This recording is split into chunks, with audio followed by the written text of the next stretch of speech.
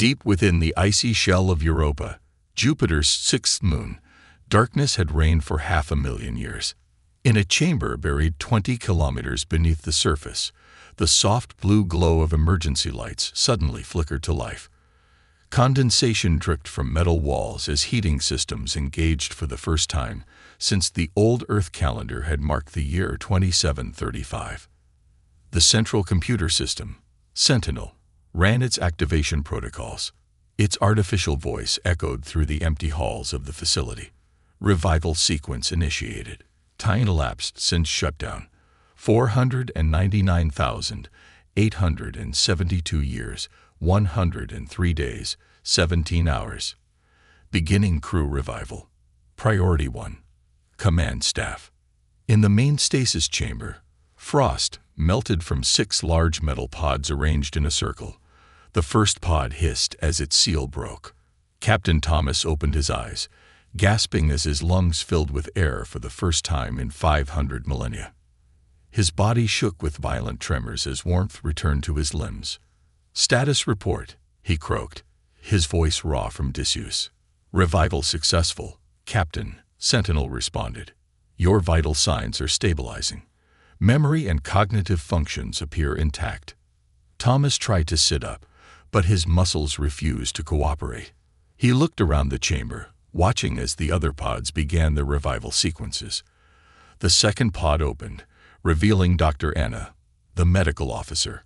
Her eyes fluttered open, filled with confusion. "Did it work?" she asked weakly. When are we?" Thomas stared at the ceiling. Sentinel. Confirmed date and mission status. Current date by old Earth calendar. October 17, 3,234,972. Mission status. Stage 1 complete. Fleet preservation achieved. Now entering Stage 2. Reconnaissance and assessment. Dr. Anna's face paled. "It's been so long," she whispered. "Everyone we knew, everyone, is dust." Thomas finished, just as we planned. The remaining pods opened one by one. Major Robert, the military strategist, emerged next, followed by Engineer Paul, Communications Officer Linda, and finally, Science Officer Mark. Each awakening followed the same pattern: confusion, disorientation, and then the slow, terrible realization of how much time had passed. Major Robert was the first to regain enough strength to stand. He braced himself against his pod and surveyed the room. The ships. The fleet. Hidden fleet status. Operational. Sentinel reported. 97% of vessels preserved at optimal capacity.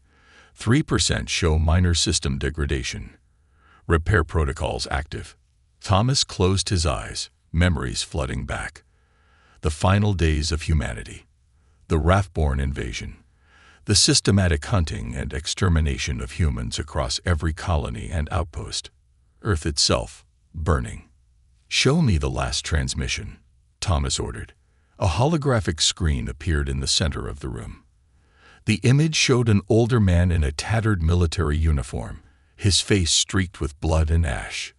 Behind him, fires raged across what was once the final human settlement on Mars. "This is Admiral Wilson of the Earth Defense Force," the man said, his voice steady despite the chaos around him. "This will be the final transmission from known human forces. The Wrathborn have breached our last defenses. There will be no more transmissions after this. To anyone receiving this message in the far future, we were here. Humanity existed. And our final act is not surrender, but patience." The Admiral looked directly into the camera.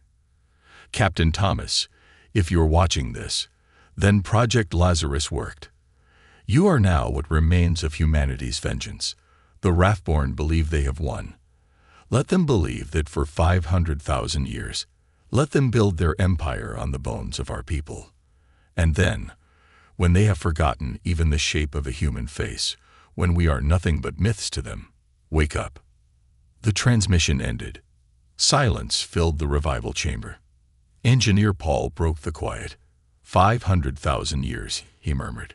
The solar system will have changed. The galaxy itself will have changed. Science Officer Mark nodded weakly from his pod. But physics hasn't changed, and neither has our mission. Thomas pushed himself to a sitting position, gritting his teeth against the pain in his unused muscles. Sentinel, begin full system activation. Prepare the command center. We need to know what we're facing. Processing, Captain, Sentinel replied. Activating deep space sensors. Initiating stealth protocols. The Wrathborn must not detect our awakening. As the crew slowly regained their mobility, Dr. Anna administered revival medications to ease their transition. Their bodies had been preserved through advanced technology, but no human had ever experienced such a long period in stasis before. They were, in every sense, prehistoric creatures now awakening in a future world. Communications Officer Linda made her way to a control panel and began running diagnostics. The quantum entanglement network is still functional, she reported. We can communicate with the fleet without detection. How many ships? Major Robert asked. 10,000 vessels, Sentinel answered, ranging from scout ships to world enders, all built and hidden before the final fall of humanity. All waiting for your command, Captain. Thomas stood shakily, accepting Dr. Anna's support. Show me Earth, he ordered. A new hologram appeared, showing their home planet as it currently existed. The crew fell silent at the sight. The blue world they had known was transformed. Massive monuments covered entire continents. Strange cities sprawled across once familiar landscapes. And in orbit, thousands of alien vessels moved in ceremonial patterns. The Wrathborn have made Earth their shrine, Science Officer Mark said quietly. A monument to our extinction. Major Robert's face hardened. They celebrate their genocide. Thomas watched the hologram, his expression unreadable. Sentinel, begin full awakening of the fleet AI systems. Prepare for crew training updates. We've been asleep for 500,000 years. We need to understand what we're facing. And then, Engineer Paul asked. Thomas turned to face his crew, the last humans in existence. And then we remind the galaxy why the Wrathborn feared us enough to try to wipe us out. They thought they succeeded. They've had 500,000 years to build their civilization on that belief. His eyes hardened. Now we show them their mistake. As Sentinel systems hummed to life throughout the hidden base, the first part of humanity's longest-planned revenge began to unfold. The hidden fleet, humanity's final legacy, was awakening. And across the galaxy, the Wrathborn continued their daily lives, unaware that judgment was stirring from its long sleep. 3 months after awakening, Captain Thomas stood on the bridge of the Vengeance, the flagship of humanity's hidden fleet. Through the viewscreen, the vastness of space stretched before him, looking deceptively unchanged, despite the passage of 500,000 years. His crew had adapted remarkably well to their new reality, their bodies now recovered from the long sleep. Status report, Thomas said, his voice stronger than it had been during those first confused days after revival. All systems operational, Engineer Paul replied from his station. The stealth technology is performing beyond expectations. We've passed within scanning range of 3 Wrathborn outposts without detection. Thomas nodded. The fleet's technology had been cutting edge when they entered stasis, but the autonomous factories hidden throughout the solar system had continued to evolve and improved their designs for centuries before going dormant.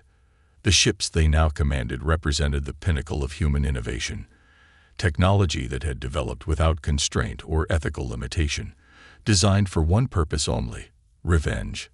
Communications Officer Linda, any update on the galactic political structure? Thomas asked. Linda looked up from her console. The Wrathborn dominate approximately 60% of the galaxy.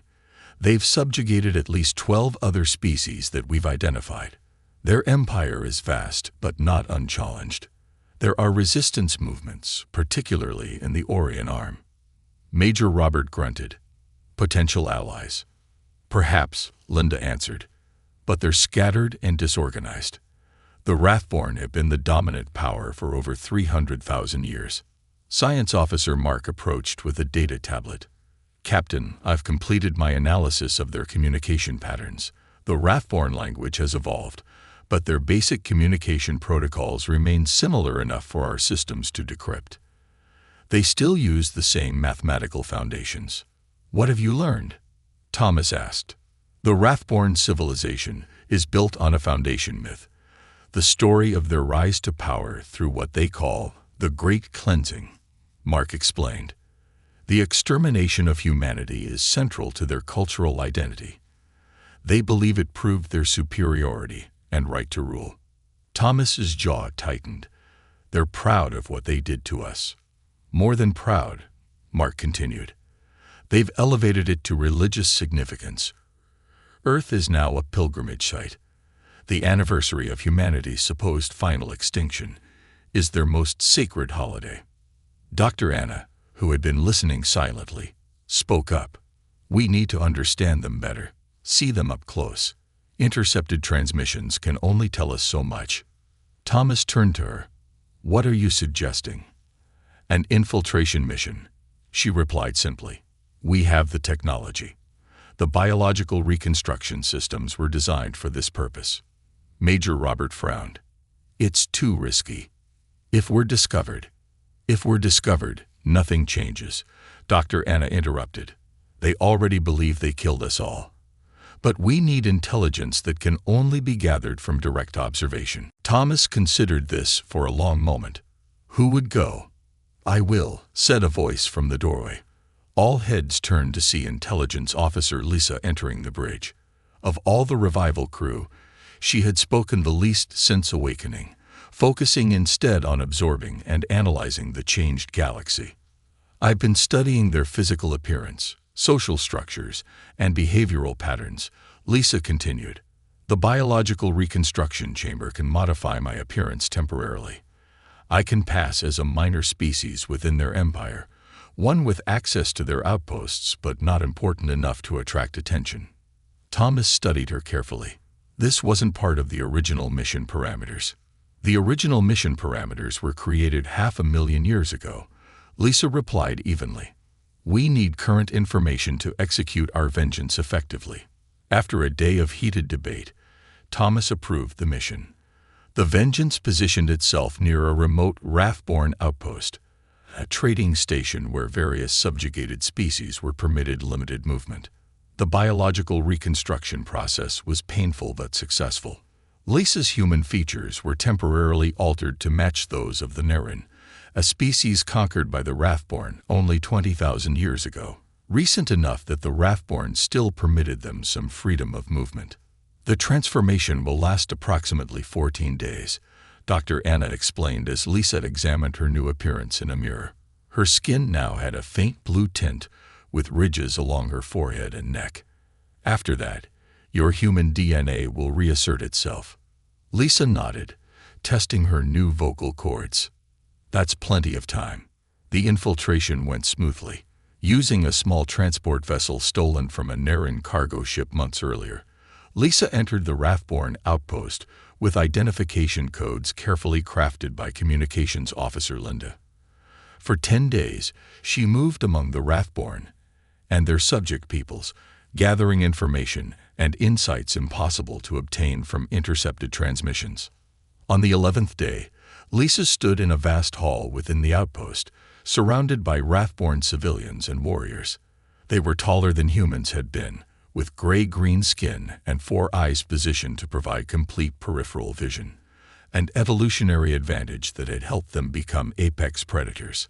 A public announcement system called for attention as a high-ranking Wrathborn official took the central platform. "Tomorrow marks the eve of Ascension," the official announced, his voice carrying through the hall. 500,000 years ago, our ancestors completed the Great Cleansing, freeing the galaxy from the poison of humanity. The crowd rumbled with approval. "Humans were weak, yet dangerous," the official continued. "Their technology grew faster than their wisdom. Their emotions made them unpredictable. They spread like a disease through the stars, claiming worlds that were not theirs to take. Our ancestors recognized the threat and acted decisively. Not one human remained when they were finished. This was our species' greatest achievement, the act that proved we were worthy to rule. Lisa recorded everything, her modified eyes containing tiny cameras that transmitted data back to the Vengeance. She watched as the crowd of Wrathborn cheered, celebrating genocide as their defining moment. Later, she slipped into a restricted area of the outpost, using access codes she had stolen from a careless administrator. In a secure archive, she found historical records, actual footage from the final days of humanity's destruction. She watched, stone-faced, as Wrathborn forces systematically demolished human colonies, hunted survivors, and finally bombarded Earth itself. The last recording showed the Wrathborn supreme commander of that era standing triumphantly in the ruins of what had once been London. "The human contagion is gone," he declared. "Their worlds are ours. Their memory will fade. In time, they will be nothing but a footnote in the glorious history of the Wrathborn Empire." When Lisa returned to the Vengeance 13 days after departing, her human features already beginning to reassert themselves through patches of painful transformation, she brought with her terabytes of data and a cold certainty that their mission was just. "They've built everything on our destruction," she reported to the command crew. 500,000 years later, and still they celebrate the day they thought they killed the last of us. Captain Thomas nodded slowly, his eyes fixed on the star map showing the vast Wrathborn Empire. "Then it's time they learned the truth," he said quietly. "Humanity wasn't destroyed. We were patient." Around the table, the last humans in existence looked at each other, their purpose clearer than ever. The reconnaissance was complete. Now, the real work would begin. The command center of the Vengeance hummed with activity as the senior crew gathered around the holographic display. The three-dimensional projection showed the current state of the galaxy, with Wrathborn-controlled territories highlighted in red, a vast expanse covering nearly 2/3 of the known systems. Captain Thomas studied the map with narrowed eyes. "Show me our assets." Engineer Paul tapped a series of commands into the console. Blue dots appeared throughout the projection. First a few, then dozens, then hundreds, until thousands of points of light glimmered across the map. "What am I looking at?" Thomas asked, his voice barely above a whisper. "Our full arsenal, Captain," Paul replied, his face illuminated by the blue glow. "While we slept, the autonomous factories continued their work for nearly 10,000 years before going dormant to avoid detection. What you're seeing is the complete hidden fleet, not just the ships we have here at our Europa base, but throughout the solar system and beyond." Major Robert leaned forward, his expression one of awe. "How many?" 10,000 primary vessels, Paul said, "and nearly 100,000 autonomous support craft. The factories built them, hid them, and then erased all evidence of their existence." Communications Officer Linda shook her head in disbelief. "I thought we only had the ships here at Europa." "That was the information we were given before stasis," Paul explained. "A security measure. If any of us had been captured and interrogated, we would have revealed only a small fraction of the true plan." "Where are they all?" asked Dr. Anna, scanning the countless blue dots scattered across the map. "Everywhere," Paul said simply. "Buried under the ice of distant moons, hidden in asteroid belts, submerged in gas giants, even disguised as space debris in areas the Wrathborn consider uninhabitable." Thomas absorbed this information, his face unreadable. "Can we control them all?" "With Sentinel's help, yes," Paul confirmed. "Each ship has an AI system designed to coordinate with the others. They've been waiting 500,000 years for our signal." Science Officer Mark joined them at the display. "But there's more, Captain. These ships aren't just weapons of war. They're arcs." "Arcs," Thomas repeated. Mark nodded. "They contain DNA samples of Earth life, plants, animals, even human genetic material. Enough to potentially restore what was lost, if we wish." A heavy silence fell over the command center. The implication was clear. They weren't just planning revenge. They were carrying the seeds of resurrection. "Show me the Wrathborn homeworld," Thomas ordered after a long moment. The hologram shifted, focusing on a single planet orbiting a yellow star. Dense urban centers covered much of its surface. "Wrath Prime," Intelligence Officer Lisa said, stepping forward. "Population approximately 30 billion. The heart of their empire and their most sacred site after Earth." "Defenses?" Major Robert asked. "Substantial," Lisa answered. "Orbital platforms, defense fleets, planetary shields. But their technology has stagnated over the last 100,000 years. They've had no real rivals, no need to innovate. Meanwhile, our automated factories continued evolving our weapon systems until they went dormant." "So we can win," Robert said, not quite a question. "We can destroy them," Paul corrected. "Completely." Captain Thomas stared at the hologram of Wrath Prime, his fingers brushing against the image of the planet that had birthed humanity's destroyers. "Is that what we should do?" he asked quietly. The others looked at him in surprise.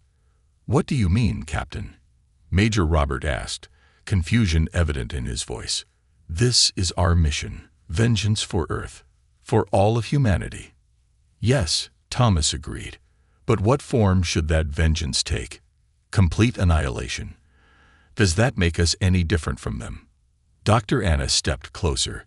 "We've had this debate before, Thomas. 500,000 years ago, before we entered stasis, the decision was made. By people watching their world burn," Thomas countered. "By humans witnessing genocide. We've awakened in a different galaxy. The Wrathborn of today didn't kill our families. Their ancestors did." Lisa's eyes flashed. "They celebrate that genocide. I saw it with my own eyes. It's the foundation of their civilization. I'm not suggesting we do nothing," Thomas said, raising his hands. "I'm asking what victory looks like. Is it the extinction of another species, or something else?" The command center fell silent as the crew considered his words. Finally, Engineer Paul spoke. "We have options, Captain. The fleet was designed for maximum flexibility.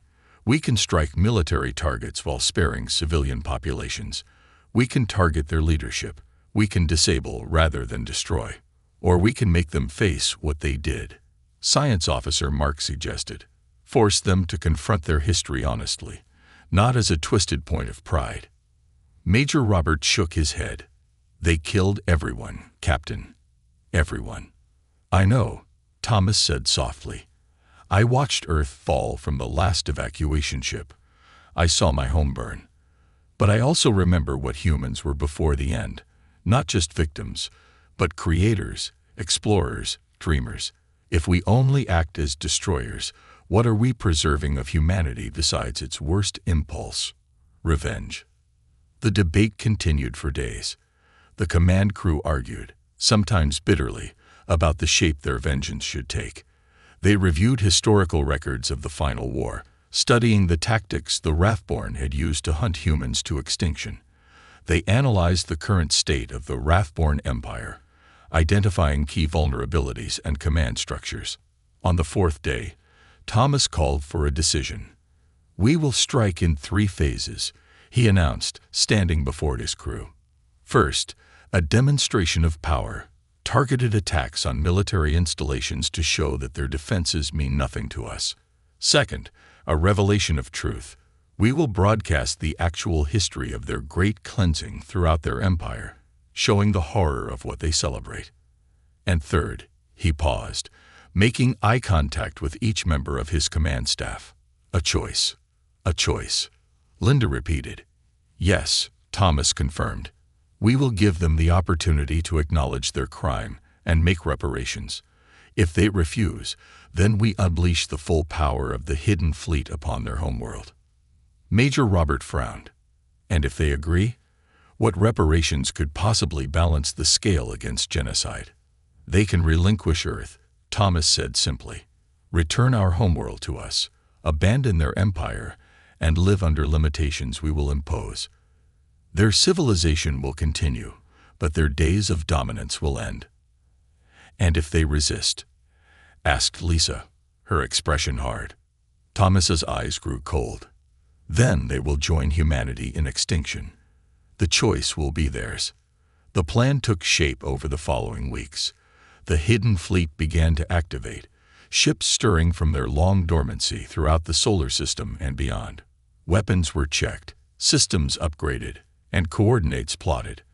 The Wrathborn, believing themselves unchallenged masters of the galaxy, remained unaware that judgment approached. As the day of the first strike drew near, Captain Thomas stood alone on the observation deck of the Vengeance, looking out at the stars. Behind him, the last humans prepared for war. Before him lay a galaxy that had forgotten them. Soon, that would change. "We're ready, Captain," Major Roberts said, appearing at Thomas's side. Thomas nodded. "Send the activation signal.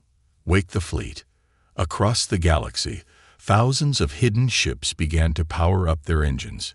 Humanity's vengeance, 500,000 years in the making, was about to begin. The Wrathborn military outpost orbiting Proxima Centauri's third planet was considered impregnable. 30 defense satellites, each armed with quantum disruptors, formed a protective web around the massive station. Below, on the planet's surface, 2 million Wrathborn soldiers trained in a high-gravity environment, preparing for deployment throughout the Empire. Commander Grell stood on the command deck, his 4 eyes scanning routine reports. In his 300 years of service, nothing unexpected had ever happened at this outpost. The Wrathborn Empire had known peace for millennia. Occasional rebellions from subject species were quickly crushed, and no outside force dared challenge their dominance. "Sir," a junior officer called, "sensors are detecting an anomaly at the edge of the system." Grell didn't bother looking up. "Cosmic radiation. Run the standard diagnostic." "I already did, sir. It's not registering as any known phenomenon. It appears to be moving." Now Grell raised his head, mandibles clicking in irritation. "Put it on screen." The main view screen activated, showing empty space at first. Then, like water rippling, the vacuum seemed to distort. A massive shape emerged from nothingness. A sleek, dark vessel unlike any Wrathborn design. "Impossible," Grell whispered. Before he could issue orders, more ripples appeared. 10, 20, 50 ships materialized, their hulls absorbing rather than reflecting light. They formed a perfect attack formation. "Raise shields. Contact Imperial Command," Grell shouted. "Unknown fleet, this is Commander Grell of the Wrathborn Empire. Identify yourselves immediately or—" His words died in his throat as a beam of energy. So concentrated it appeared solid, lanced from the lidship. It struck the nearest defense satellite, which didn't explode. It simply ceased to exist, its particles dispersed at the atomic level. Aboard the Vengeance, Captain Thomas watched the first strike through the view screen. "Precision fire only," he ordered. "Target military assets. No civilian casualties." Major Robert nodded, directing the fleet's movements with practiced efficiency. First defensive ring neutralized. Moving to secondary targets. The hidden fleet moved with perfect coordination, each ship functioning as part of a single organism. Weapons that had been theoretical when humanity fell now demonstrated their devastating effectiveness. Defense satellites vanished.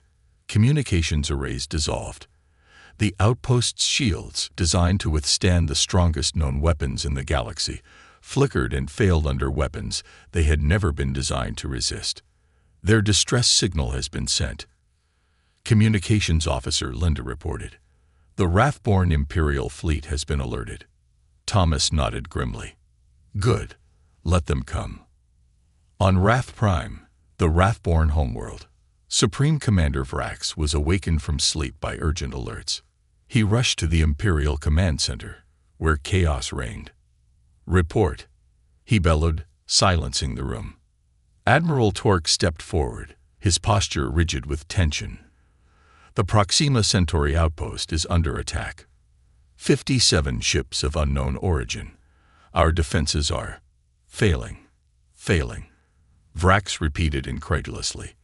"That outpost has our most advanced defensive systems. The attackers are using technology we've never encountered, Torque explained. Energy signatures that don't match any known weapons, and they appeared from nowhere.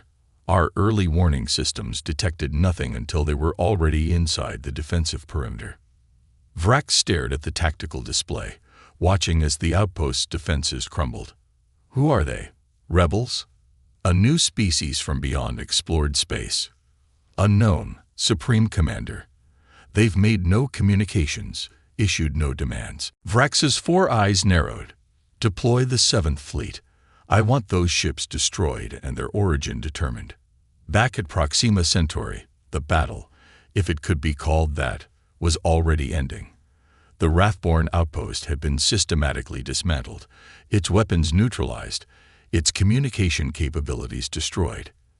The station itself remained intact, its terrified crew huddled inside. All military targets neutralized, Major Robert reported. The station's life support systems remain functional. Thomas stood. Open a channel to the station. All frequencies, all languages. Linda nodded. Channel open, Captain. Thomas took a deep breath. Attention Wrathborn Outpost. This is Captain Thomas of the Human Hidden Fleet. 500,000 years ago, your ancestors believed they had exterminated humanity from the galaxy. They were wrong. We have returned. This attack is the first of many. Your empire will fall. Your worlds will burn. As you did to us, so we shall do to you. On the view screen, they could see the stunned faces of the Wrathborn command staff. Commander Grell stepped forward, mandibles working soundlessly for a moment before he found his voice. Humans? He finally managed. That's impossible. The Great Cleansing eliminated your species completely. Clearly not, Thomas replied coldly. We have been waiting, watching, preparing. Your civilization is built on the murder of ours. Now we have returned to balance the scales of justice. These are ancient events, Grell protested. None alive today participated in the Great Cleansing. Yet you celebrated, Thomas countered. You have built monuments to genocide. You teach your children that your greatest achievement was the extermination of another sentient species. Today, that species has returned. Before Grell could respond, Linda interrupted. Captain, multiple hyperspace signatures detected. The Wrathborn 7th Fleet is arriving. Thomas nodded. End transmission. He turned to Major Robert. Prepare for Phase 2. 63 Wrathborn warships emerged from hyperspace, their massive forms arranged in attack formation. Each was a city in space, housing tens of thousands of warriors and enough firepower to reduce planets to ash. They had crushed rebellions across 3 galaxies without ever suffering a meaningful defeat. Admiral Krell, commander of the 7th Fleet, allowed himself a moment of satisfaction as his ships surrounded the mysterious attackers. Whatever these creatures were, claiming to be humans, of all things, they would soon learn the price of challenging the Wrathborn Empire. Enemy vessels, he broadcast, you are surrounded by the might of the Wrathborn 7th Fleet. Surrender immediately or be destroyed. On the bridge of the Vengeance, Thomas smiled. No response. Activate the phase disruptors. Engineer Paul worked his console. Phase disruptors active, Captain. Ready on your command. Thomas studied the Wrathborn fleet. These ships, these warriors, were the direct descendants of those who had burned Earth. Their ancestors had hunted humans like animals, had celebrated their supposed extinction. Now, finally, humanity would have its answer. Fire, Thomas ordered. From the hidden fleet, invisible waves of energy pulsed outward. They weren't explosions or beams, but something more fundamental, alterations to the basic physics of localized space. The Wrathborn ships didn't explode or break apart. Instead, their systems simply stopped functioning. Engines died. Weapons went offline. Life support faltered. 63 mighty warships hung helpless in space, their crews suddenly fighting for survival rather than victory. Admiral Krell stared in horror at his dead console. Around him, the bridge of his flagship was illuminated only by emergency lighting. "What is happening?" he demanded, but no one had answers. The view screen flickered back to life, showing the face of Captain Thomas. "Admiral," Thomas said calmly, "your fleet has not been destroyed. We could have annihilated you, but chose not to. Instead, consider this a demonstration and a warning. Your ships will regain minimal power in approximately 48 hours, enough for life support and communications, but not weapons or propulsion." "Who are you?" Krell whispered. "We told you. We are humanity. We have returned to reclaim what was taken from us, and to hold accountable those who tried to erase us from existence." "But humans are extinct," Krell protested. "Your species died out 500,000 years ago." Thomas's eyes hardened. "That's what you were taught. The truth is about to be shared across your empire." As the hidden fleet disappeared back into their cloaking fields, leaving the disabled Wrathborn vessels drifting in space, a signal propagated throughout the galaxy. It bypassed Wrathborn security protocols, overrode entertainment frequencies, and appeared on every communication device in Wrathborn-controlled space. Throughout the Empire, billions of Wrathborn watched in confusion and then mounting horror as the true history of the Great Cleansing played before their eyes, not as a glorious victory, but as the atrocity it had been. Centuries of propaganda crumbled against the weight of actual historical footage, preserved for 500,000 years by those who had sworn never to let the truth die with them. On Wrath Prime, Supreme Commander Vrax watched the broadcast with growing dread. "Shut it down," he ordered, but his technical staff could only shake their heads helplessly. The signal couldn't be blocked. "Supreme Commander," Admiral Torque said quietly, "if these truly are humans, if they have technology that can disable our most powerful fleet without destruction, what else might they be capable of?" Vrax had no answer. For the first time in recorded Wrathborn history, their absolute dominance of the galaxy was in question. And somewhere out there, the last humans watched as the Empire built on their supposed extinction began to understand that judgment had finally arrived. 1 month after the first strike, the galaxy trembled with uncertainty. The Wrathborn Empire, undefeated for 500,000 years, found itself facing an enemy they had believed extinct, an enemy with technology far beyond their own. The Hidden Fleet had struck 16 more military targets since Proxima Centauri, each attack executed with surgical precision. No civilian casualties. No planets bombarded. Just the systematic dismantling of the Wrathborn war machine. On Wrath Prime, Supreme Commander Vrax faced the Imperial Council, their usual confidence replaced by barely concealed panic. "They could have destroyed us already," said Councillor Morn, the eldest member. "Why haven't they?" "They're playing with us," hissed Defense Minister Krall, "torturing us with fear before they strike the final blow." Vrax looked out at the faces of the most powerful Wrathborn in existence. "The humans have made no demands beyond broadcasting the truth of the Great Cleansing. Our analysts believe they're demonstrating their power while giving us time to contemplate our situation." "Our situation?" Krall laughed bitterly. "Our situation is that we face extinction at the hands of a species we thought we had exterminated." An aide rushed into the chamber, interrupting the council. "Supreme Commander, the human fleet has been detected approaching Wrath Prime. Hundreds of ships, maybe thousands." Silence fell over the council chamber.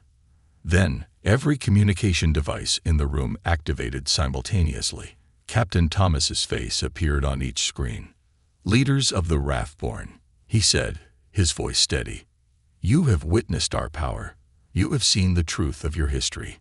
Now you face a choice. In 6 hours, I will arrive at your homeworld to hear your decision. Choose wisely. Your civilization's survival depends on it." The transmission ended, leaving the council in stunned silence. Councillor Morn was the first to speak. "What decision? What do they want from us?" "They want everything," Vrax replied quietly. "They want what we took from them: a homeworld, a future, justice." Aboard the Vengeance, Captain Thomas sat alone in his quarters. On his desk sat a small plant, a descendant of Earth flora, grown from seeds preserved for 500,000 years. He gently touched one green leaf, marveling at its simple resilience. A chime announced a visitor. "Enter," Thomas called. Dr. Anna stepped inside, her face troubled. "The fleet is assembled, Captain. We'll reach Wrath Prime in 5 hours." Thomas nodded. "Good." Anna hesitated, then asked, "Have you decided?" "What the Council decided 500,000 years ago still stands," Thomas replied. "The Wrathborn must answer for what they did." "But what form will that answer take?" Anna pressed. "Will we be executioners today, or something else?" Thomas looked at the small plant. "That depends on them." The Vengeance led the hidden fleet toward Wrath Prime. Behind the flagship came 10,000 ships of varying sizes, their hulls absorbing light rather than reflecting it, making them appear as black voids against the stars. They moved in perfect formation, a testament to both their technology and their purpose. On the bridge, the command crew worked in focused silence. This moment, the culmination of a plan 500,000 years in the making, weighed heavily on them all. "We're being hailed," Communications Officer Linda announced. "It's the Wrathborn Supreme Commander." Thomas straightened in his command chair. On screen, Supreme Commander Vrax appeared, his 4 eyes blinking rapidly, a sign of extreme stress in Wrathborn physiology. "Captain Thomas, I speak for the Imperial Council and all Wrathborn." Thomas said nothing, simply waiting. Vrax seemed unsettled by the silence. "We have reviewed the historical records you broadcast. If they are accurate—" "They are," Thomas interrupted. "If they are accurate," Vrax continued, "then the foundation of our civilization rests upon a moral catastrophe. The Great Cleansing was not the glorious victory we were taught, but a genocide of unforgivable scale." Thomas leaned forward. "And yet your ancestors celebrated it, built monuments to it, made it the cornerstone of your identity." "Yes," Vrax admitted. "We cannot change the past, Captain, but perhaps we can address the present. What do you want from us? What would satisfy humanity's need for justice?" Thomas glanced at his crew, then back to the screen. 3 things. First, the immediate dissolution of the Wrathborn Empire. Your subjugated species will be freed. Your military disbanded.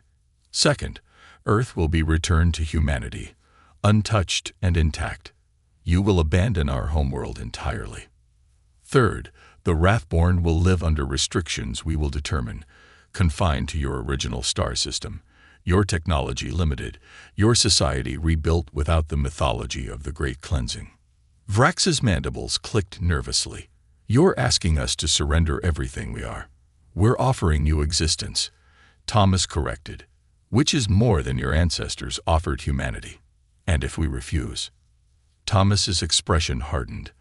"Then we will do to Wrath Prime what your ancestors did to Earth. Your species will join the list of extinct civilizations. The choice is yours." The transmission ended, leaving the bridge in silence. Major Robert approached Thomas. "They'll never agree. Their pride won't allow it." "Perhaps," Thomas acknowledged. "But they've never faced extinction before. It clarifies the mind." For 5 tense hours, the hidden fleet held position above Wrath Prime. On the planet below, billions of Wrathborn looked up at the ships that held their fate. The Imperial Council debated furiously, their conversation swinging between defiance and desperate acquiescence. Finally, Vrax contacted the Vengeance again.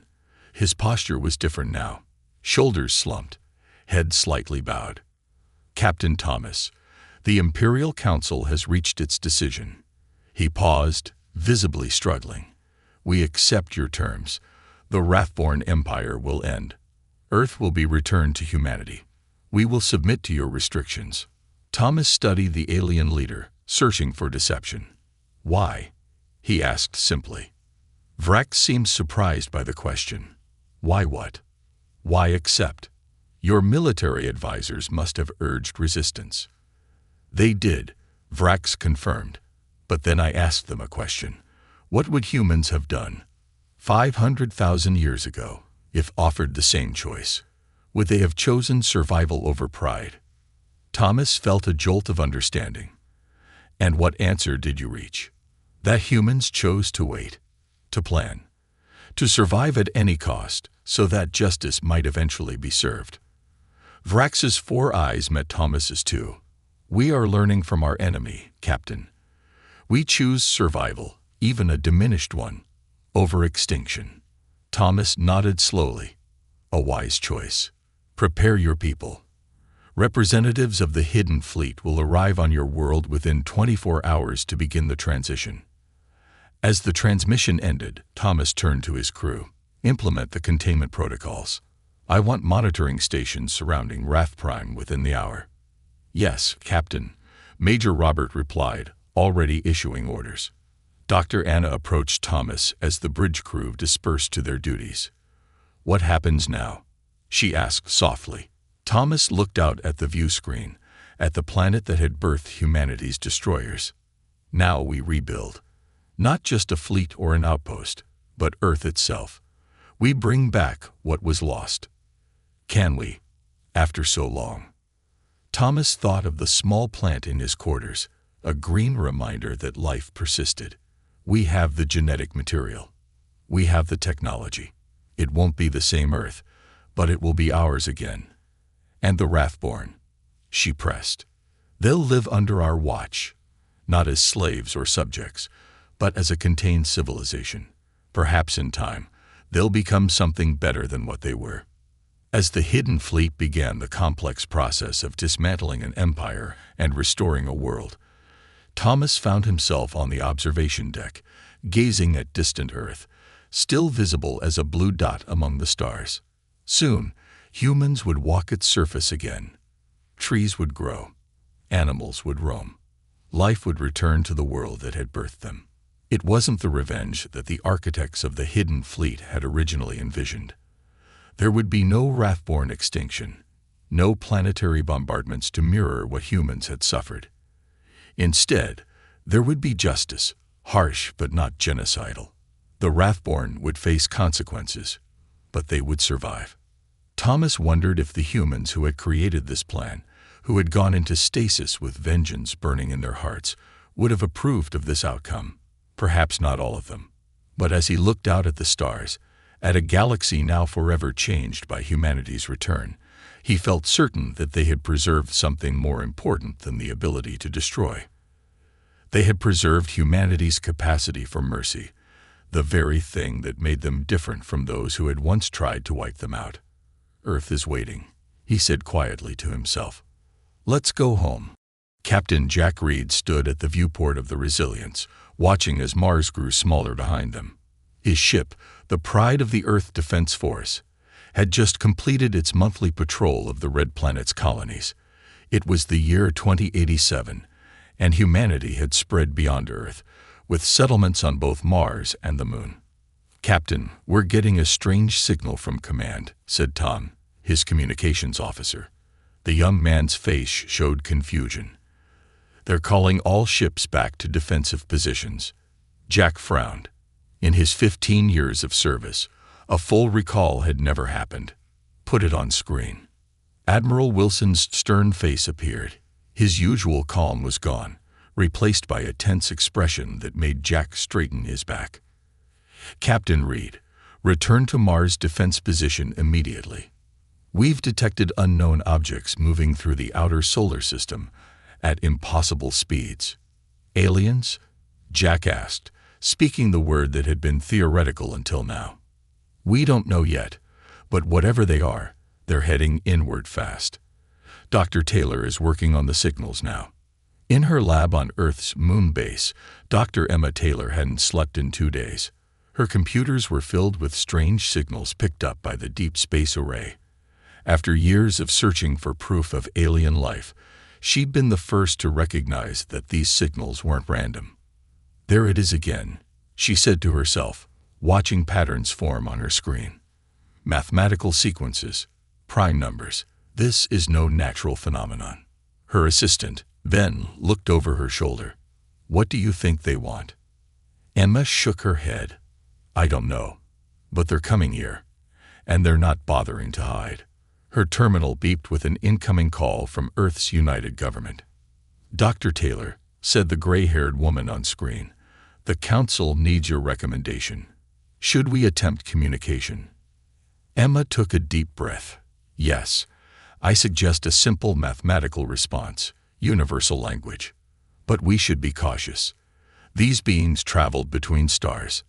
They're far more advanced than we are." 3 days later, humanity sent its greeting toward the approaching objects. The message was simple: prime numbers, basic physics constants, and a digital image of the solar system with Earth highlighted. The world held its breath and waited. No response came. Instead, the objects accelerated. "They've changed course," reported Lieutenant Adams, the Resilience's sensor officer. "They'll reach Jupiter in 6 hours." Jack nodded grimly.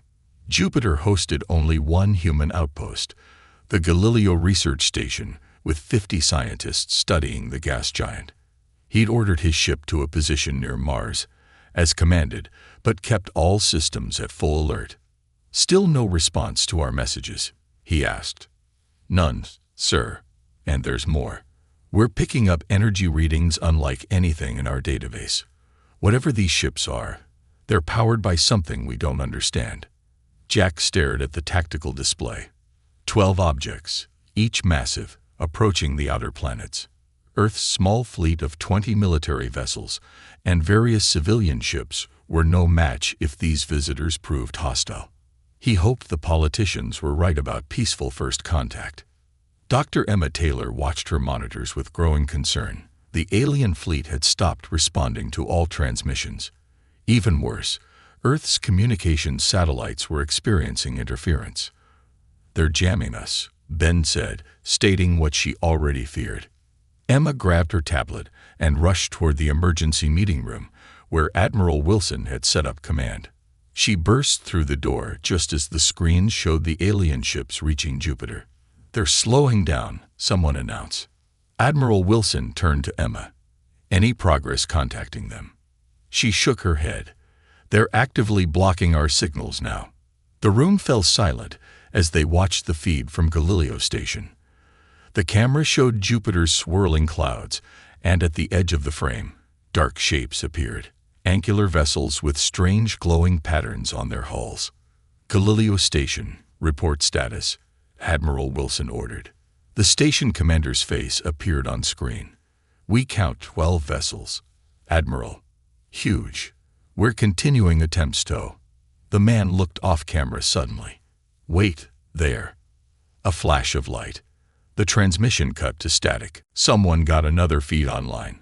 A telescope view from Europa. Where Galileo Station had been, there was nothing but debris floating in Jupiter's orbit. "They destroyed it," Emma whispered. "Without warning. Without provocation." Admiral Wilson's face hardened. "This is not a first contact. This is an invasion." On the Resilience, Jack watched the replay of Galileo Station's destruction with cold fury. 50 people gone in an instant. "All hands to battle stations," he ordered. "Prepare for emergency FTL jump to Mars defensive position." His crew moved with practiced efficiency, but he saw the fear in their eyes. They had trained to fight pirates and handle civil unrest among the colonies, not to face an advanced alien armada. "Sir," said Tom, "we're receiving an emergency broadcast from Admiral Wilson." The Admiral's face appeared on all screens throughout the ship. "Attention all Earth Defense Forces and citizens of Earth, Mars, and Luna. As of 600 hours today, our solar system is under attack by unknown alien forces. The Galileo Research Station has been destroyed. All civilian vessels are ordered to seek shelter at the nearest colony. All military ships are to form defensive lines at designated coordinates. This is not a drill. May God help us all." The bridge fell silent. Jack looked at the faces of his crew, determined but afraid. "Listen up," he said firmly. "We don't know who they are or what they want. But I know this. Humanity didn't come this far, didn't reach for the stars, just to be wiped out without a fight.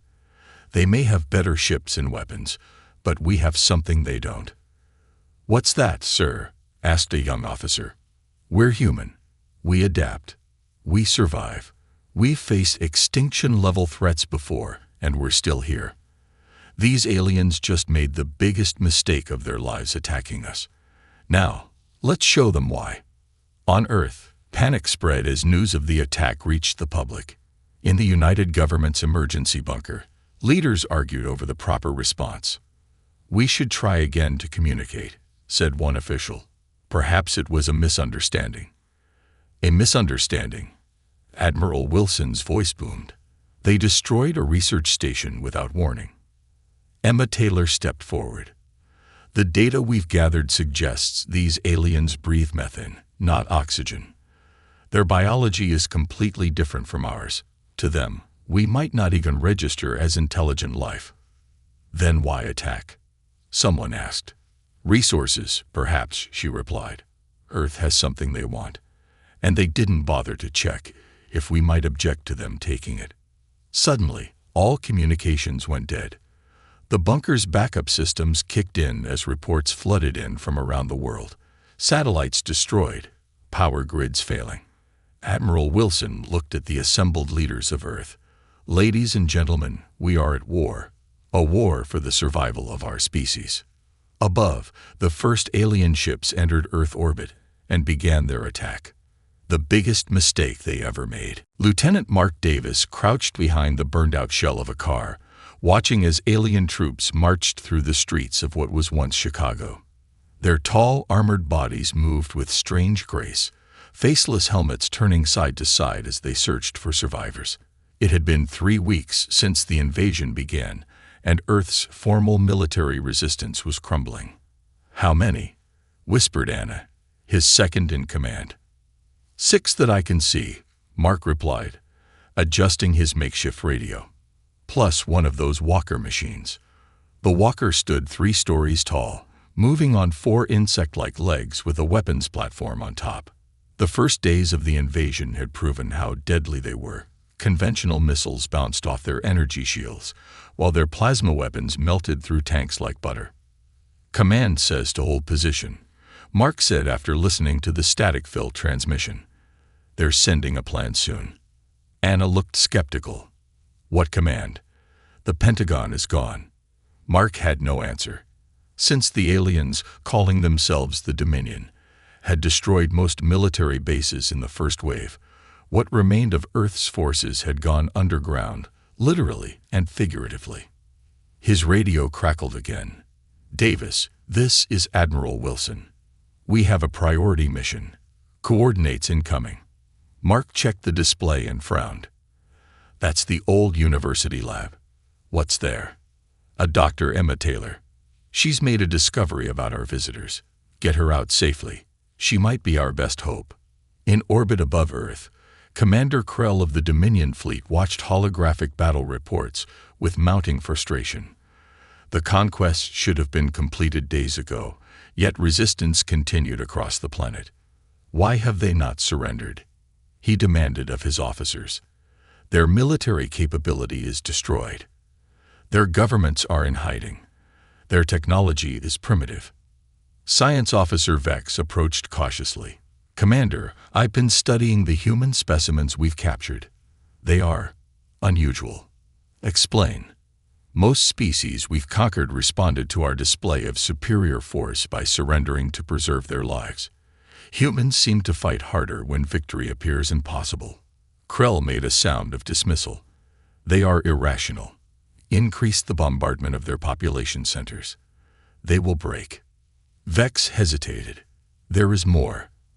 Their biological makeup is remarkably adaptive. Their cellular repair rate exceeds any species in our database. And their brains." "Enough," Krell interrupted. "Send more ground forces. Find their hiding leaders. This resistance ends now." As Vex left, Krell turned to his tactical display. One anomaly troubled him: the disappearance of a human warship called Resilience. Unlike other Earth vessels that fought and died, this one had vanished near Mars. A minor concern, but Krell disliked loose ends. Captain Jack Reed kept the resilience powered down, drifting in the shadow of Mars' moon Phobos. His ship had taken damage during their escape from Earth orbit, and only emergency systems were running. "Status report," he ordered quietly, as if the aliens might hear them through the vacuum of space. "Life support stable on emergency power," his engineer reported. "Weapons at 40%. Shields." She hesitated. "Shields won't last through another direct hit." Jack nodded grimly. They had survived their first encounter with an alien destroyer by pure luck. A solar flare had disrupted the enemy sensors just long enough for them to escape. "And the package?" "Secure in the cargo bay, sir, but we don't know how to use it." The package was a damaged piece of alien technology they'd recovered from a destroyed Dominion scout ship. If they could understand it, perhaps they could find a weakness. "Sir," his communications officer called. "I'm picking up an encrypted signal from Mars Colony." Jack moved to the console. Mars Colony had gone dark after the invasion began, presumably to avoid detection.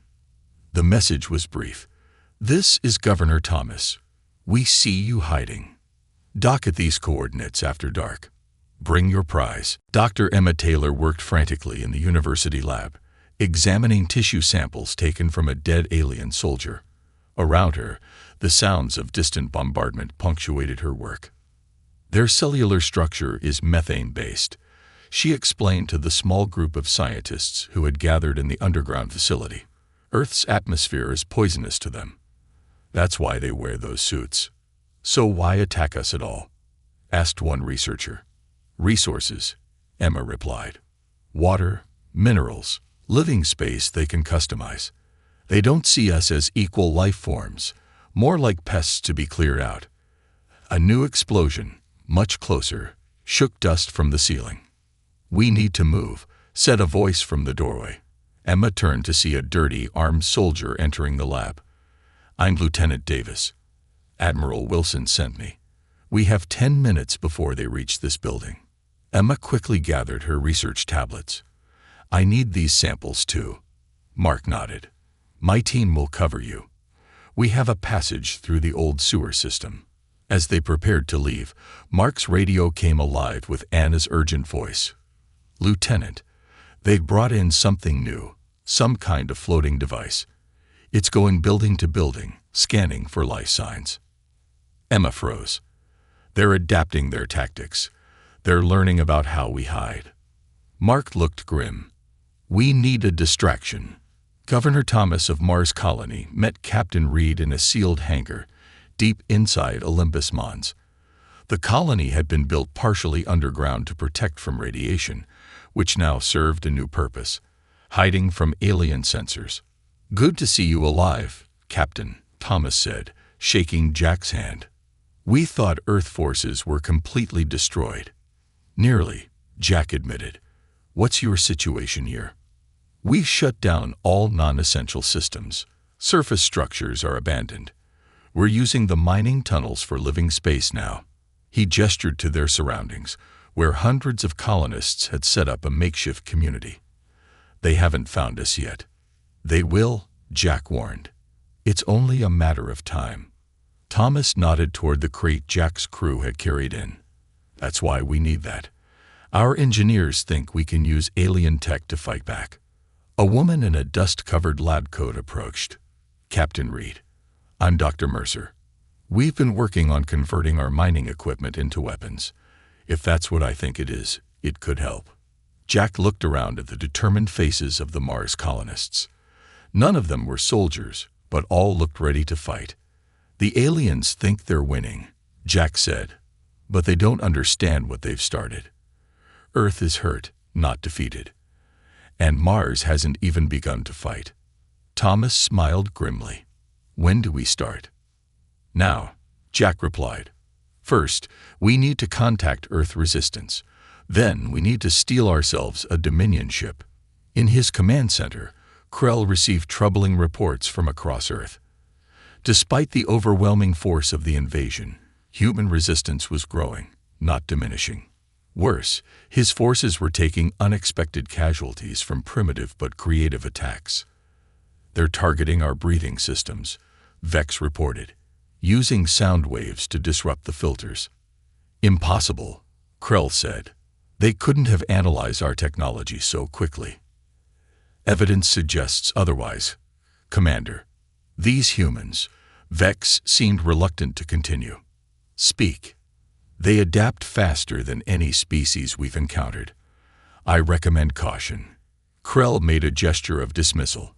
They are primitives with simple weapons. Our reinforcements arrive in 3 months. By then, this planet will be pacified. As Vex departed, he wondered if 3 months would be enough. The specimens he'd studied showed remarkable qualities. Most concerning was their history. These humans had spent thousands of years fighting each other, perfecting the art of war against equals.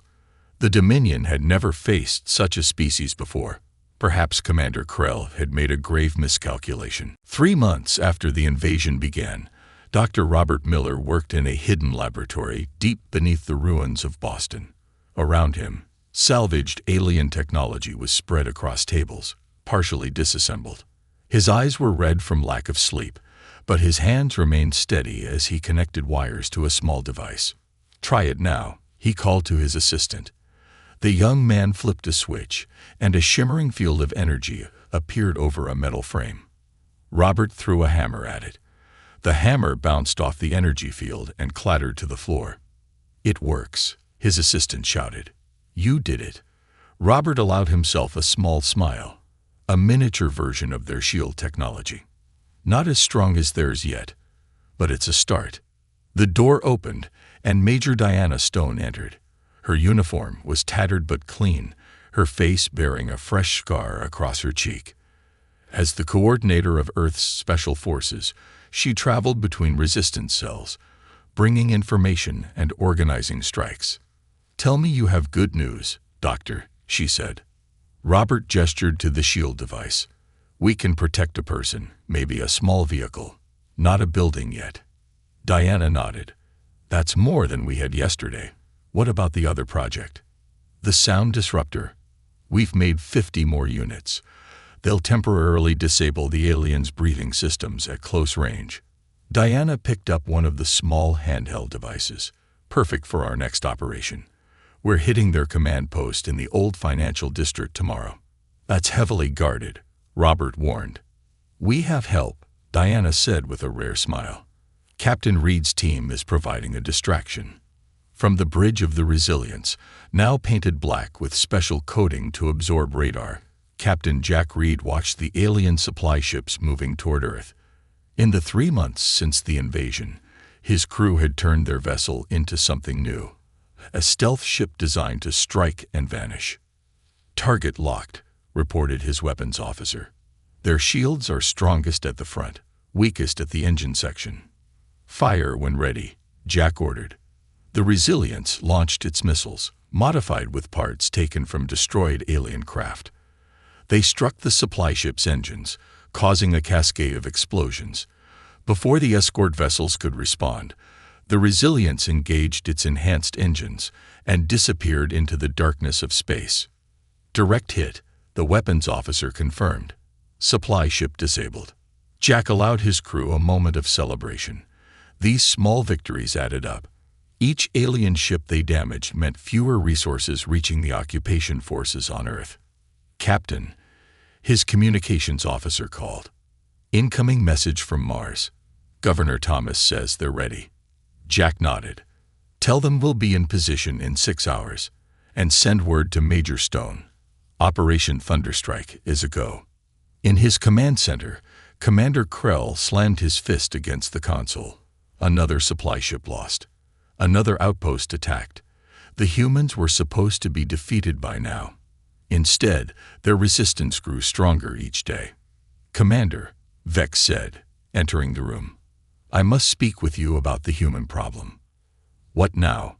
Krell demanded. "They've adapted our shield technology." Vex displayed a video showing human soldiers using portable shield devices, and they're targeting our breathing systems with sonic weapons. Krell stared in disbelief. Impossible. They couldn't reverse engineer our technology so quickly. The evidence suggests otherwise. There's more. Our patrols report coordinated attacks across multiple continents. The humans appear to have a global communication network we haven't detected. Find it and destroy it, Krell ordered. We're trying, Commander. But they're using methods we don't understand. Some kind of primitive technology our sensors don't register. Krell paced the room. The High Command expected this planet to be secure by now. The main colonization fleet arrives in 2 months. Commander, Vex said hesitantly, I recommend we consider withdrawal. These humans. No, Krell shouted. I will not be the first Dominion commander to lose a conquest. Increase the bombardment. Deploy the remaining hunter-killers. Break their will to fight. As Vex left, he made a decision. Commander Krell was making a mistake. The humans weren't breaking. They were adapting, learning, and growing stronger. Perhaps it was time to consider alternatives. Dr. Emma Taylor and Lieutenant Mark Davis moved through the abandoned subway tunnels beneath what was once New York City. Their small team carried precious cargo, data drives containing information about the aliens' communication systems. How much further? Emma asked, her voice hushed. 2 more junctions, Mark replied. Major Stone's team will meet us there. A strange clicking sound echoed through the tunnel ahead. The team froze.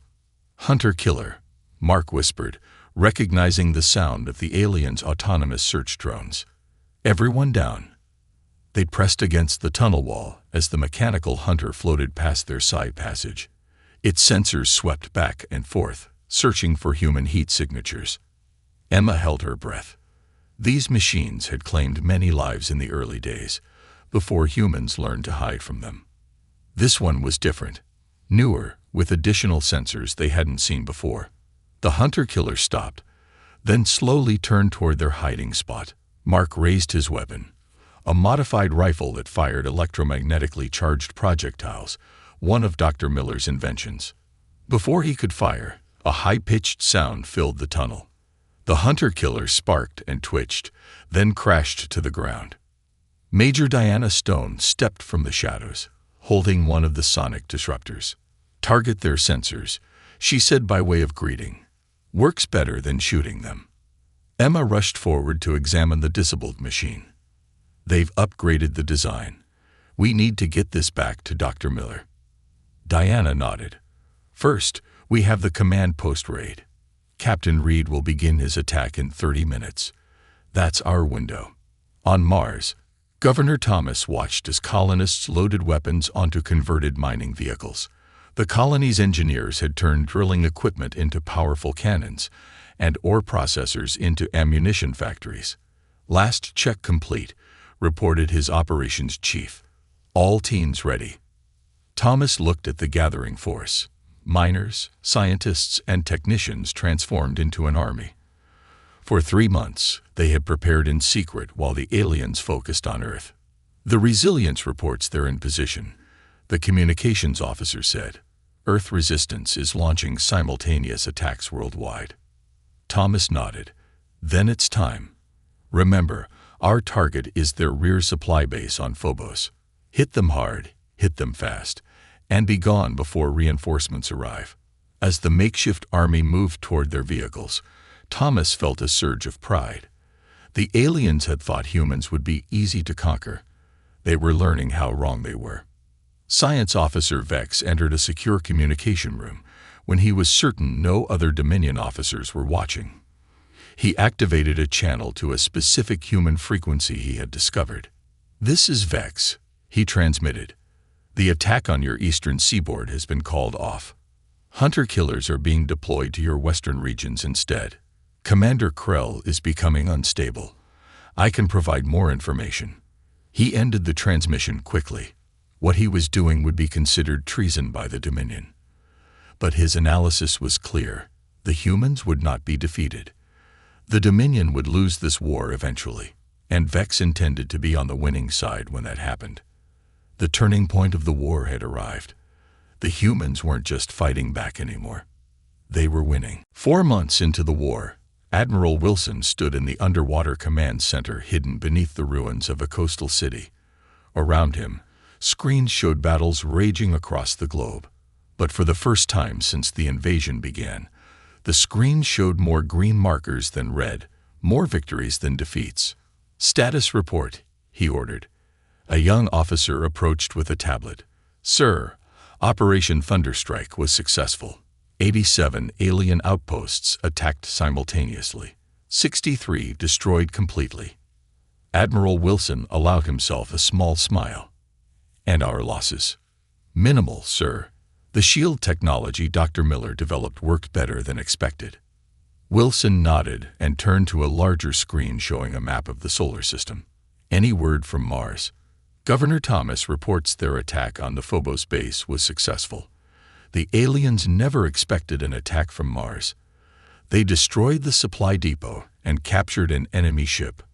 For the first time in months, Wilson felt real hope. Humanity wasn't just surviving anymore. They were fighting back. In his lab, Dr. Miller worked side by side with Dr. Emma Taylor. They had combined their knowledge, his engineering skills with her understanding of alien biology, to create something new. "The virus is ready," Emma said, looking at code scrolling across her screen. "It will infect their navigation systems but appear as routine data." Robert nodded. "And the delivery system?" Emma held up a small device. "This will transmit the virus when connected to any of their communication nodes. One upload and it spreads through their network." "Perfect," Robert said. "Major Stone's team can plant it during tonight's raid." Emma looked concerned. "The virus will take down their navigation systems, but only temporarily. They'll create countermeasures." "We don't need permanent," Robert replied. "Just long enough for the big push." The door opened, and a tall, thin figure entered, the alien defector, Vex. Despite months of working with humans, he still needed his breathing apparatus to survive in Earth's oxygen-rich atmosphere. "The command codes have been changed," Vex said, his voice distorted through his translator. "Krell suspects a security breach." Emma frowned. "Can you get the new codes?" "No, but I can tell you when to upload your virus for maximum effect." Krell has ordered all ships to synchronize their systems tomorrow at 300 hours. Robert smiled. "That's even better. They'll all be connected at once." Captain Jack Reeves stood on the bridge of his ship, but it was no longer the Resilience. Now he commanded the Defiance, a captured Dominion vessel that Governor Thomas and the Mars colonists had seized during their raid on Phobos. Learning to control the alien ship had been challenging, but with Vex's help and human ingenuity, they had mastered its basic functions. Now they could move among the Dominion fleet undetected. "Enemy flagship in sight," reported his sensor officer. "They don't suspect we're not one of theirs." Jack nodded. "Maintain course. Remember, our job is to get close enough to upload the virus to their main communications array. We don't engage unless absolutely necessary." The Defiance moved smoothly through space, just one more ship in the Dominion fleet orbiting Earth. On board, human crew members wore modified alien atmosphere suits stolen during raids. "Sir," his communications officer called. "Major Stone reports they're in position." "Good," Jack replied. "Tell them to wait for our signal. If Dr. Taylor's virus works, the alien fleet will be in chaos exactly when our forces launch the counterattack." Commander Krell stared at the battle reports in growing rage. The humans had destroyed more outposts in the past week than in the previous month. Worse, they had somehow captured a Dominion vessel from the Phobos base. "How?" he shouted at his officers. "How are these primitives defeating our superior technology?" No one answered. Several officers had already been executed for failures. The rest feared to speak. "The colonization fleet arrives in 3 weeks," Krell continued. "I will not report failure to the High Command." He turned to his tactical display. "Prepare all orbital platforms for maximum bombardment. Target their population centers, their farmlands, everything. If we can't control this planet, we will make it uninhabitable for them." An officer hesitantly spoke up. "Commander, many of our ground forces will be caught in such a bombardment." "Acceptable losses," Krell snapped. Begin immediately. As the officers moved to comply, Krell didn't notice that one of them sent a brief encrypted signal to a nearby ship. Major Diana Stone led her team through the corridors of the captured alien command post. After months of fighting, her Special Forces unit had become experts at operating inside enemy territory. "Security systems bypassed," reported one of her soldiers. "We have 10 minutes before the next patrol." Diana nodded and turned to the small, nervous figure beside her, a human technician carrying Dr. Taylor's virus device. "Remember," she told him, "the central node is green and pulsing. Connect the device, wait for the light to turn blue, then disconnect. Simple." The technician nodded. "And if I'm spotted?" "You won't be," Diana said firmly. "We've got you covered." They moved deeper into the facility, using sound disruptors to disable security drones. When they reached the central communication room, Diana's team secured the entrances, while the technician approached the main console.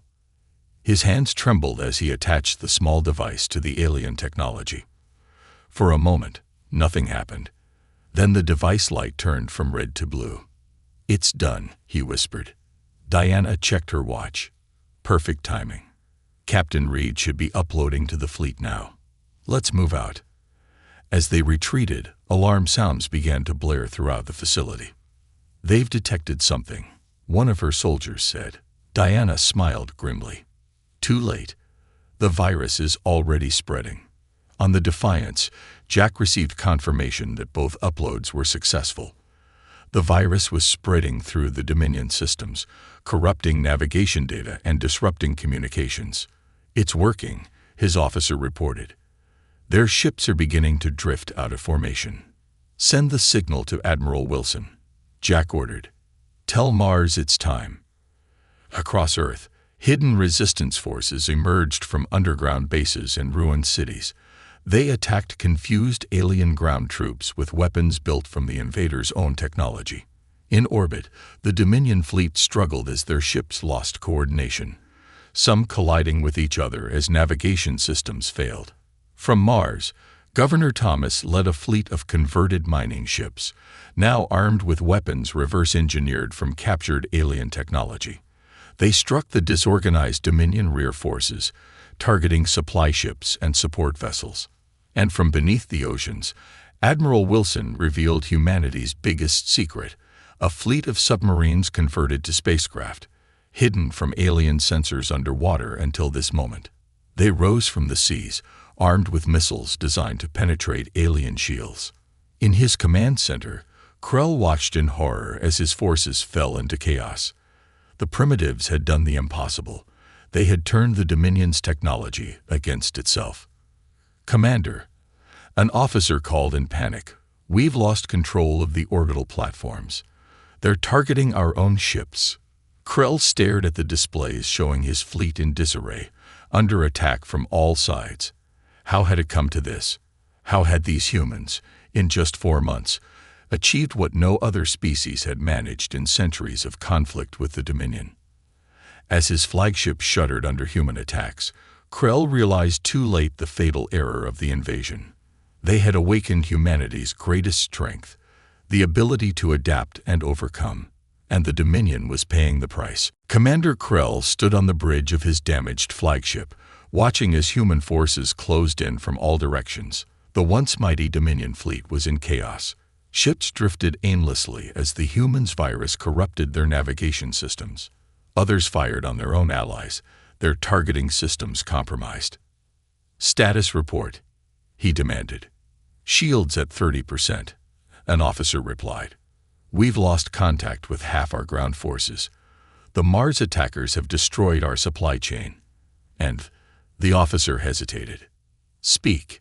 The colonization fleet has received our distress signal. They are turning around." Krell slammed his fist on the console. The ultimate humiliation, the mighty Dominion retreating from Primitives. No, he would not accept defeat. "Prepare my personal ship," he ordered, "and set the flagship on a collision course with their largest city." His officers stared in shock. "Commander," one began, There are still millions of humans in that city, and our own troops. Do it, Krell shouted. If we cannot have this world, neither will they. In the underwater command center, Admiral Wilson directed the global counterattack. After months of hiding, humanity's forces had emerged all at once, striking the confused alien fleet from every angle. "Sir," called a sensor operator, "the alien flagship is changing course. It's accelerating toward New York." Wilson studied the trajectory. At that speed, it's a suicide run. If that ship hits, it will devastate the entire eastern seaboard. He opened a channel to the Defiance. "Captain Reed, the enemy flagship is on a collision course with Earth. You're the only ship close enough to intercept." On the screen, Jack's face looked grim. "Understood, Admiral. We're moving to intercept now." Wilson watched as the captured Dominion vessel changed course to pursue the flagship. It would be close. "Admiral," said another officer, "Major Stone reports all remaining alien ground installations are under attack. Dr. Miller has deployed the shield disruptors to all teams." Wilson nodded. The shield disruptors, devices that could temporarily create a window through alien energy shields, were proving to be the key to victory on the ground. And Mars. Governor Thomas reports they've secured Phobos completely. The aliens are in full retreat from Mars orbit. For the first time in 5 months, Admiral Wilson allowed himself to think about victory. Not just survival, but true victory. On board the Defiance, Captain Jack Reed ordered maximum speed as they pursued Krell's flagship toward Earth. "We can't catch them before they enter the atmosphere," his pilot reported. "Then we follow them in," Jack ordered. "Prepare boarding teams. Dr. Taylor's shields should protect us during entry." Emma Taylor, who had joined the Defiance for this mission, looked up from her console. "The shields will hold, but not for long. We'll have one chance to stop them." Jack nodded. "Then we make it count." The Defiance accelerated, following the enemy flagship as it plunged toward Earth's atmosphere.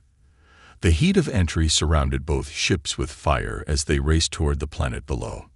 "Boarding teams ready," reported his second-in-command. "Remember," Jack told the assembled soldiers, "we need to reach their engine room or bridge. Either stop the engines or change their course. We'll be facing their elite guards, so stay together and use the sound disruptors." As the ships broke through the cloud layer, the curve of Earth's surface spread out below them. The alien flagship was aimed directly at the heart of what was once New York City. "Match their entry port," Jack ordered. "Prepare to board." In the city below, Major Diana Stone coordinated the evacuation. Thousands of civilians fled as her troops directed them to underground shelters. "We need more time," she said into her radio. "There are still people in the city center." "Understood," came Admiral Wilson's voice. "Captain Reed is engaging the flagship now." Diana looked up at the sky where 2 fiery streaks descended. The alien ship and the Defiance in pursuit. "What are their chances?" asked her lieutenant. Diana wouldn't lie to her troops. "Slim. But if anyone can pull this off, it's Captain Reed." She turned back to the evacuation. "Keep moving people out. Every minute counts." The Defiance slammed against the flagship's hull, magnetic clamps locking the ships together. Jack led the boarding team through the connection tube, immediately encountering alien resistance. "Sound disruptors," he ordered. His troops activated the devices. The high-pitched noise caused the aliens' breathing systems to malfunction. As they struggled to adjust, Jack's team pushed forward. "Which way to the bridge?" he asked Vex, who had insisted on joining the mission. "This way," the alien defector replied. "But Krell will be expecting us." They fought their way through the ship's corridors, losing men to alien defenders, but steadily advancing. Through viewport windows, Jack could see the ground rushing up to meet them. They had minutes at most. "There," Vex said, pointing to a sealed door. "The bridge." As they prepared to breach the door, the ship shuddered violently. "What was that?" Jack demanded. His communications officer checked his device. "Sir, It's the Mars fleet. They're attacking the flagship from above. From his command ship, Governor Thomas directed the attack. His fleet of converted mining vessels had pushed their engines beyond safety limits to reach Earth in time. "Target their engine section," he ordered. "We need to slow their descent." The Mars ships fired their improvised weapons, striking the flagship repeatedly. The massive vessel shuddered, but continued its deadly plunge. "It's not enough," his weapons officer reported. Thomas gripped his chair. "All ships, concentrate fire on the same spot. We need to punch through their shields." On the flagship's bridge, Krell watched as his plan unraveled. The humans had pursued him, boarded his ship, and now attacked from above. How had these primitives accomplished so much? "Commander," an officer reported, "hull breach in Section 4. Engine stability failing." "Maintain course," Krell ordered. "We will complete our mission." The bridge door exploded inward as Jack's team breached it. Sound disruptors disabled most of the bridge crew instantly. Krell, protected by a personal shield, drew his weapon. "You are too late, human," he said. "This ship will destroy your city regardless." Jack aimed his weapon. "That's where you're wrong. Humans don't give up." From outside came another massive impact as the Mars fleet struck a critical area. The ship lurched violently, throwing everyone off balance. "Engine core destabilizing," announced the ship's automated system. "Structural failure imminent." Krell looked at the humans who had somehow defeated the mighty Dominion. "What are you?" he asked, genuinely bewildered. Jack smiled grimly. "We're human. And you made your biggest mistake when you attacked us." From the ground, Diana Stone watched as the alien flagship suddenly changed course, veering away from the city and out toward the ocean. Moments later, a blinding explosion lit up the sky as the ship detonated safely over the water. Her radio crackled. "This is the Defiance," came a tired voice. "Mission accomplished. Captain Reed says to tell Admiral Wilson that Commander Krell won't be bothering us anymore." A cheer went up from the troops around her. Diana allowed herself a smile, then returned to work. There were still aliens on the ground to deal with. 1 week later, Admiral Wilson stood with Earth's remaining leaders as they addressed the planet via restored communication networks. Behind them stood the heroes of the war: Captain Reed, Dr. Taylor, Dr. Miller, Major Stone, Governor Thomas, and even Vex. "People of Earth," Wilson began, "today we announce the complete withdrawal of the Dominion forces from our solar system. Through courage, ingenuity, and unwavering determination, humanity has prevailed. Around the world, people emerged from hiding to rebuild their cities. The war had caused terrible destruction, but in its wake came something unexpected: a united human race that had discovered its own strength. We have sent a message to the stars," Wilson continued. "Humanity will not be conquered. We will not surrender. And any who attempt to subjugate us will learn what the Dominion discovered. Attacking humans was the biggest mistake they ever made." In the depths of space, the retreating Dominion ships carried that message back to their home world. And across the galaxy, the story began to spread of the small blue planet whose inhabitants had done the impossible, defeated the undefeatable Dominion. Humanity had taken its first steps onto the galactic stage, and the universe would never be the same.